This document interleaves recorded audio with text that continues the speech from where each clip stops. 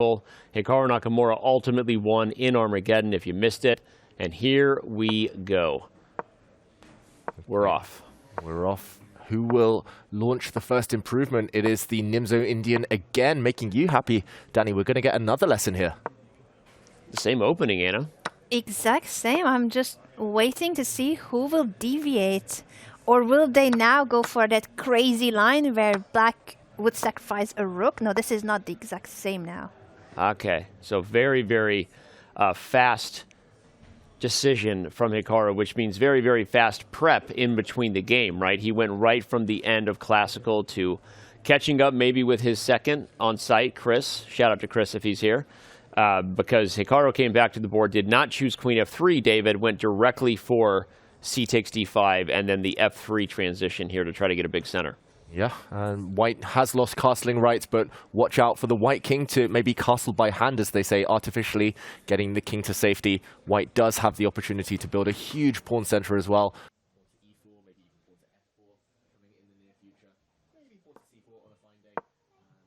Okay, first though, Fabiano is trying to trade off the queens, seeking safety in an endgame.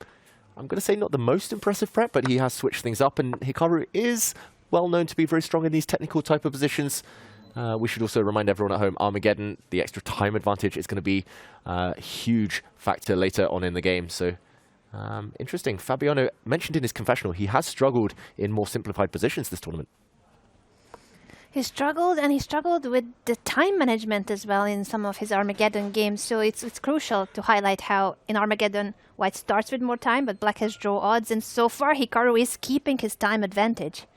Playing fast, and probably his position is a little bit to be preferred. But again, the draw odds are huge because Fabi's position is super solid.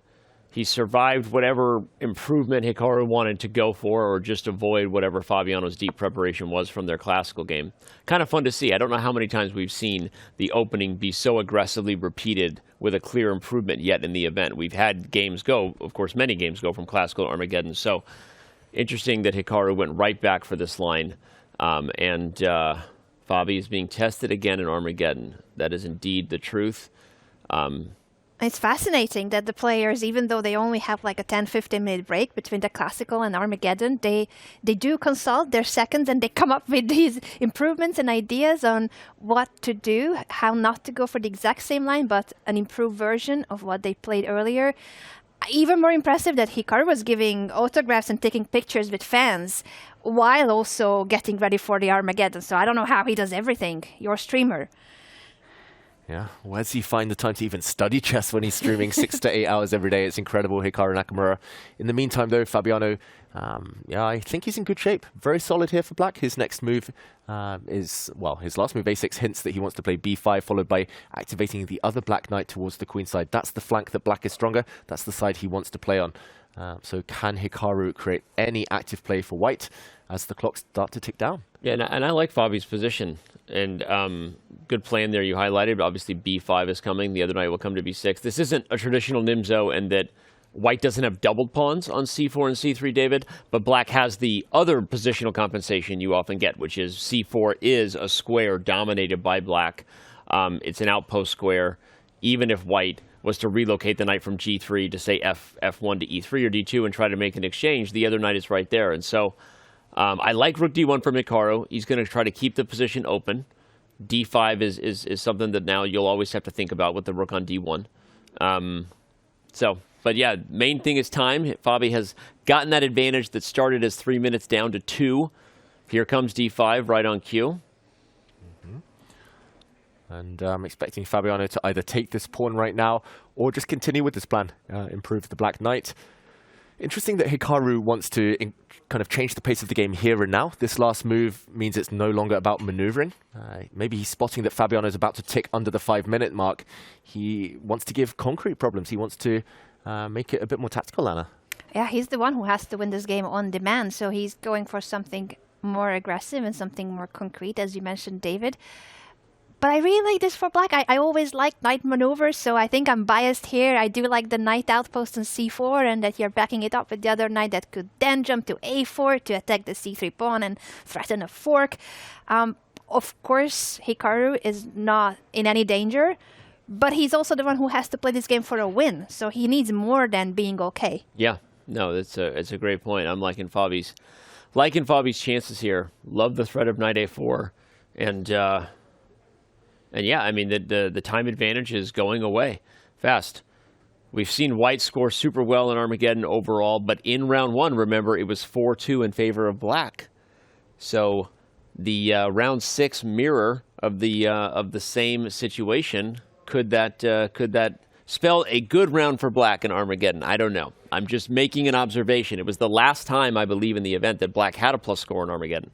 True. At the very beginning, and now it's the same players facing the same opponents with colors reversed. So that Armageddon was won by Hikaru holding a draw against Fabiano, and now it's Fabiano with the draw odds with the black pieces. But look at this. Oh. Yeah. Mistake maybe from Hikaru, a question mark given to his last move, and the Black Knight could have jumped in, creating some serious threats. Fabi doesn't take his opportunity. Does he see it the second time around? It's got to be the same move for Black. Knight a4 would hit c3 and make it very awkward for the rooks. But no, Fabi doesn't go for it. The edge is still strong, though, here. You can really see the dysfunction in White's camp, right? All the pieces on the first rank. The c3 pawn is dead where it stands if it can just get attacked.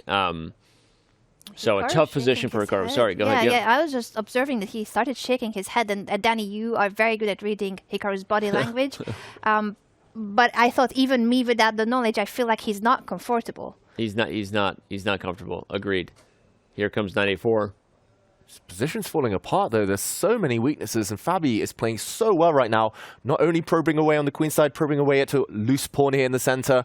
Watch out, the white king even in trouble potentially with some knight checks. Oh dear, Hikaru, it's all gone wrong. Just these last few moves, he was totally fine, but it feels like he's been the architect of his own demise here somewhat, just giving Fabiano a plan, and Black's moves are so straightforward. Clock advantage down to under 1 minute. Board advantage all about Black right now. Fabi can even try and repeat the position. White has just yo-yoed his knight back and forth. If Black's knight comes to a4, Hikaru needs to find something different. It's a great point. I might just play knight a4 because of that. Play knight a4 and just see what Hikaru's intention is, right? Is the only, and he does it, the only move, knight back to e2. Hikaru might just accept his defeat right now. I mean, it's not advisable because you might as well lose. It's the same points on the scoreboard at the end of the day if you lose with White or draw. Remember, we talked about the time. It is 10 minutes to start and for White, 7 minutes for Black. But the score, no matter what, even if you lose, you at least get a point. The winner gets 1.5 points. So, okay, Hikaru does do something different, but that was interesting. Yeah, it looks like Fabiano giving a check now. There is a pin on the f-file, so at the very minimum, Black could pick up a pawn in the center right now. The white e-pawn not actually defended here. Does he get greedy? No, Fabiano just keeps the tension. Looking beautiful for those Black Knights. Stallions. Yes, an incredible position to have the knight outpost on c4 and also a really strong beast on d3. He simply plays rook to d5 with the idea of doubling rooks on the next move, improving with every single move. He's improving his pieces slightly but surely and confidently, where in a position where White doesn't really have the same kind of luxury that you can just go and improve your pieces and improve your position. It's a nightmare Nimzo for White without the light square bishop. Now Fabi going to take the most concrete solution. He takes c1, enters with rook d2. He's winning the a2 pawn at the end of this line. That's a material advantage, the first one of the game. It does give Hikaru a little bit of life over here if Hikaru can get the knight to e4. Maybe f5 is on the agenda now. Yeah, knight comes into e4. The one thing in Hikaru's favor is the clock, and we all remember Fabiano's catastrophe against Firouzja when he was totally dominant, totally winning in an Armageddon, but then lost control. So will lightning strike twice? Will the clock play a factor? This is Hikaru in hustle mode, pretty much. It is absolute hustle mode, and things have improved for Hikaru in the last couple of moves. I feel like Fabi went for grabbing the pawn and went for a concrete line, but he didn't have to. He didn't have to release the tension, and now White's pieces are starting to become more active, even though Hikaru is down on material, but he is having better chances now to hold with the pawn down than before he had. Totally agree. I'm not sure if the concrete solution was the best one, and we see the bar creeping back up in White's favor because the c5 pawn and the e3 knight are under attack. And even if you play knight d5, the lines are getting crazy. Hikaru might take c5 because then e6 and a6 are forked. You could also play g3, but all right, he's inviting rook takes f4 check should Hikaru take the c5 pawn. This is getting a lot closer. The good news is this for Fabi. Remember, he has draw odds, so he may have let it slip a little bit, but as long as he doesn't get himself down into terrible time pressure and re-invite losing chances, he should win this Armageddon. Yeah. 2 and a bit minutes, though. Notice how Fabiano did look up at the big screen, just checking to whether he'd reached that magical move 40, where he will get a 1-second increment. That's priceless at this point. Black's plan as well in the near future should be straightforward. If he can arrange it, if he can start pushing forward the black pawns on the queen side, he can pretty much pre-move by hand there. But first he needs to sort out his pieces. He jumps in with his knight. 4 minutes against 2 minutes. I agree with you, and I think Fabi should have sat on a position that just, I mean, you had 2 knights, the stallions, they were unicorns on d3 and c4. The rooks could have doubled. So interesting to play rook d5 and then go for the concrete solution where you had to move the rook again. Will it come back to haunt him? Again, I'm guessing not because he has draw odds, but Hikaru is getting Fabi under pressure now. Here comes f5 at some point.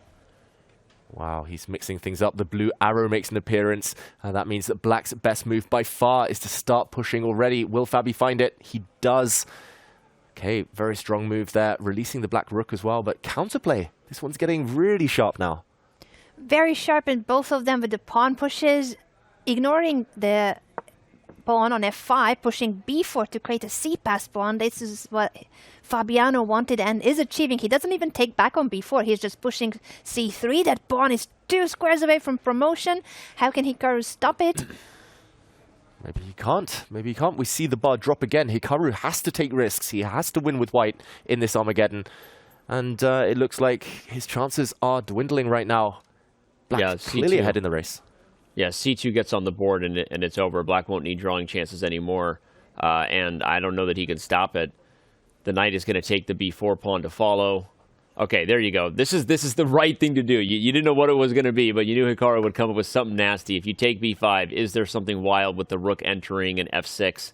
Hikaru was going to try to pretend there is, because otherwise he was going to lose anyway. So if this works out, it was magical Hikaru swindling victory from the jaws of defeat. But likely there is nothing, and Hikaru kind of knows it.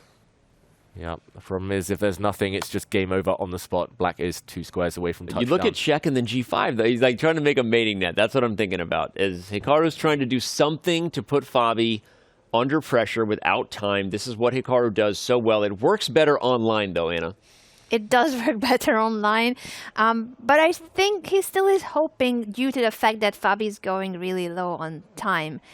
And there's going to be increment. They already have passed move 40, but the increment is only 1 second, which in over-the-board chess is pretty much nothing. You cannot really make a move in 1 second.